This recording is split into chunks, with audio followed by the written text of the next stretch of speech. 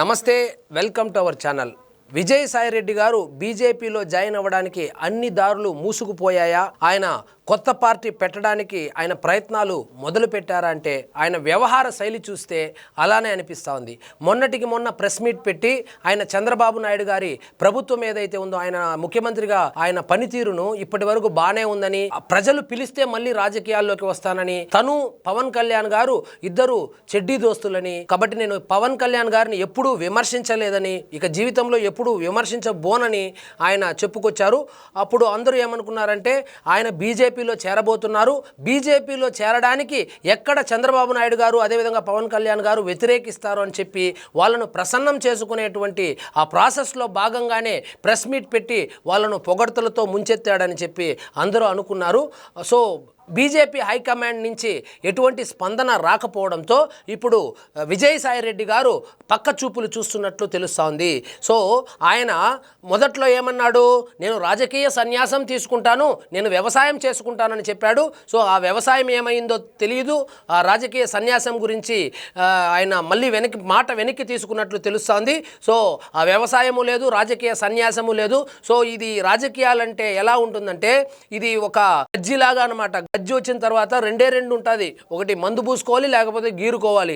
So మందు పూసుకునే మార్గం అంటే మళ్ళా వైఎస్ఆర్సీపీలోకి వెళ్ళలేడు, ఎందుకంటే ఆయన నమ్మకాన్ని కోల్పోయాడు, వైఎస్ఆర్సీపీ పార్టీ అధినేత యొక్క నమ్మకాన్ని కోల్పోయాడు. కాబట్టి తిరిగి అక్కడికి వెళ్తే ఆయన గతంలో అనుభవించినటువంటి ఆ అధికారం ఏదైతే ఉందో లేకపోతే అజమాయిషి ఏదైతే ఉందో అది ఇవ్వకపోవచ్చు. కాబట్టి సో ఆయన వైఎస్ఆర్సీపీకి తిరిగి వెళ్ళేటువంటి అవకాశం అయితే కనపడడం లేదు. అదేవిధంగా ఆయన్ని తెలుగుదేశం పార్టీలో ఎలాగో చేర్చుకోరు, జనసేన పార్టీలో రానివ్వరు, కాంగ్రెస్ పార్టీలో ఆయనే చేరడు.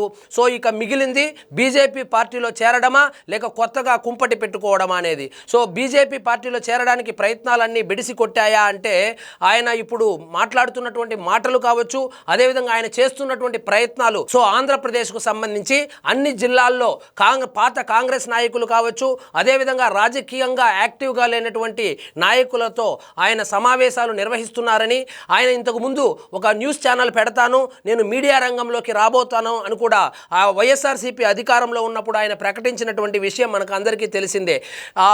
ఏదైతే నష్టాల్లో నడుస్తున్నాయో ఆ మీడియా సంస్థలను ఆయన కొనుగోలు చేయడానికి ప్రయత్నించాడని, ఆ ప్రయత్నాలు కూడా విఫలమైందని, సో ఇప్పుడు కొత్తగా ఆయన డిజిటల్ ప్లాట్ఫామ్ అంటే సోషల్ మీడియాలో యాక్టివ్గా ఉండాలని, సోషల్ మీడియాకు సంబంధించి దాదాపుగా ఒక 20 యూట్యూబ్ ఛానళ్ళు మొదలు పెట్టాలనేటువంటి ఆలోచనలో ఉన్నారు. సో భారీ ఎత్తున పెట్టుబడులు పెట్టి, సో ఇప్పుడు మీడియా కన్నా ఎలక్ట్రానిక్ మీడియా కన్నా సోషల్ మీడియా యుగం నడుస్తూ ఉంది. కాబట్టి సోషల్ మీడియాలో యాక్టివ్గా ఉండాలి, ప్రజా సమస్యల మీద గలమెత్తాలి అనేటువంటి ఉద్దేశంతో ఆయన సోషల్ మీడియాలో కొన్ని యూట్యూబ్ ఛానల్స్ కావచ్చు, అదేవిధంగా కొన్ని పేజెస్ కావచ్చు, వాటిని మెయింటైన్ చేయాలని చెప్పి సిబ్బంది కోసం అయితే వెతుకుతూ ఉన్నట్లు కూడా వార్తలు అయితే వస్తూ ఉంది. సో అంటే బీజేపీ ఆశీస్సులు ఉన్నటువంటి ఒక బీసీ నాయకుడు అంటే ఆర్ కృష్ణయ్య గారా లేకపోతే రామచంద్ర యాదవ్ గారా ఎవరో అనేటువంటి క్లారిటీ అయితే లేదు. సో బీసీ నాయకుని యొక్క సహకారంతో అదే రెడ్డి సామాజిక వర్గానికి చెందినటువంటి నాయకులకు గేలం వేసి వాళ్ళనందరినీ తన వైపుకు తిప్పుకొని, సో మూడో ప్రత్యామ్నాయంగా ఎలాగో పవన్ కళ్యాణ్ గారు ఇప్పుడు కూటమిలో ఉన్నారు కాబట్టి, ఇప్పుడు ఉన్నది కూటమి ప్రభుత్వము మరియు వైఎస్ఆర్సీపీ రెండే నడుస్తూ ఉన్నాయి కాబట్టి ఇప్పుడు మూడో ప్రత్యామ్నాయంగా ఒక పార్టీని పెట్టాలన్నటువంటి ఆలోచనలో ఉన్నట్లు కూడా తెలుస్తూ ఉంది. కానీ రాజకీయ పార్టీ పెట్టి దాన్ని నడపాలంటే ఎంత కష్టమో అది పవన్ కళ్యాణ్ గారి విషయంలో చూసాము. ఆయన ఏ విధంగా 10 సంవత్సరాలు కష్టపడిన తర్వాత ఏ విధంగా ఆయన నెట్టుకొని వచ్చారు. అదేవిధంగా జేడి లక్ష్మీనారాయణ గారు పార్టీ పెట్టారు, ఆ పార్టీ ఏమైందో చూసాము, ఏ విధంగా ఎలక్టోరియల్ పెర్ఫార్మెన్స్ ఇచ్చిందో కూడా చూసాము. సో కొత్త పార్టీలు అయితే వర్కౌట్ అవుతాయని నేనైతే అనుకోవడం లేదు. కానీ ఏదో విధంగా లైమ్ లైట్లో ఉండాలి అంటే మీడియా సంస్థ మీడియా రంగంలోకి వెళ్ళాలని భావించినప్పటికీ, సో ఆ మీడియా రంగము మొత్తము ఇప్పుడు నష్టాల్లో నడుస్తూ ఉందని, ఏదైనా ఒక రాజకీయ పార్టీ యొక్క అండ లేకపోతే మీడియా సంస్థలు నడపలేమనేటువంటి ఒక క్లారిటీ వచ్చిన తర్వాత విజయసాయి రెడ్డి గారు ఇప్పుడు ఈ ఎలక్ట్రానిక్ మీడియాను పక్కన పెట్టి, ప్రింట్ మీడియాను పక్కన పెట్టి సోషల్ మీడియాలో కొంతవరకు పెట్టుబడులు పెట్టి యాక్టివ్గా ఉండాలని ప్రయత్నాలు మొదలుపెట్టినట్లయితే తెలుస్తూ ఉంది. మరి చూడాలి, మరి రాజకీయ పార్టీ పెడతాడా లేకపోతే మీడియా రంగంలోకి వస్తాడా తెలియాలంటే ఖచ్చితంగా వేచి చూడాల్సిందే. సో మొత్తానికి విజయసాయి రెడ్డి గారు అయితే పొలిటికల్గా యాక్టివ్ కాబోతున్నారు. ఆయన ఇంతకు ముందు చెప్పినట్లు వ్యవసాయం చేసుకోవడమో లేకపోతే రాజకీయ సన్యాసం తీసుకోవడమో కాదు, ఆయన ఖచ్చితంగా రాజకీయాల్లో యాక్టివ్గా ఉండబోతున్నారు రానున్న రోజుల్లోనే ఒక వార్త అయితే వస్తూ ఉంది.